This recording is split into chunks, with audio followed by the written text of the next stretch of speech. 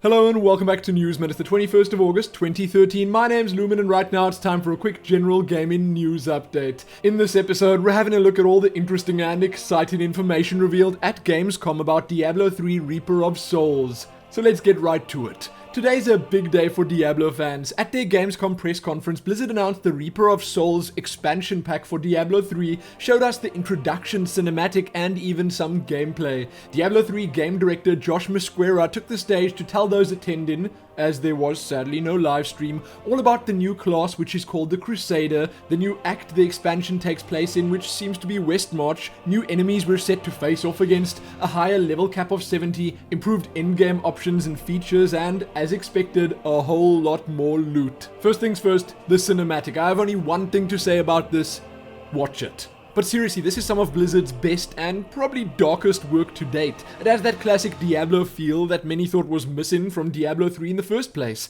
I won't spoil what happens in the actual cinematic because I kind of want you all to watch it, but I will tell you that we see an old friend and we get our first look at the expansion's antagonist, Malthael, the fallen Archangel of Wisdom, now the absolutely terrifying Reaper of Souls.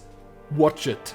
The gameplay video shown off gives us a peek at some of the new zones in Act 5 and the enemies within them, some Crusader gameplay and more. With Reaper of Souls, Blizzard are also, along with adding the new class that seems to play a lot like a paladin, using Wrath as its resource, adding many new zones from the streets of Westmarch to the Pandemonium Fortress, raising the level cap of the game to 70, making Paragon levels account bound and giving players proper rewards for actually having them, like stats to spend. There'll be a new artisan called the Mystic, which kinda sounds familiar, that'll change the appearance of your gear and do some enchanting for you. The game is getting the console version of Diablo 3's smart loot system, new endgame modes including Nephilim trials and loot runs, which are designed to give players a highly replayable and highly rewarding endgame experience.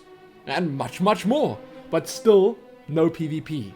Regardless, the expansion is looking great, and there's a whole lot more information about it available below. Sadly, no release date was announced other than sometime in 2014, but the game was already playable and no doubt enjoyable on the Gamescom show floor, so it can't be that far off. That is, however, all I have for you in this episode. Now, the reason I'm doing a Diablo-only news episode is mostly just because I want your opinions on this and only this, because it is kind of a big deal for us and Blizzard. What do you think about the reveal of Reaper of Souls? Is this something you would buy? Would you get the collector's edition of this? Is this something that would bring you back to Diablo 3? Let me know. I do, as I've already mentioned multiple times, love the look of it. But again, that's it. Read more below from various different sites, watch the introduction cinematic and gameplay trailers, and enjoy. Most importantly though, happy getting hyped for Diablo 3 again.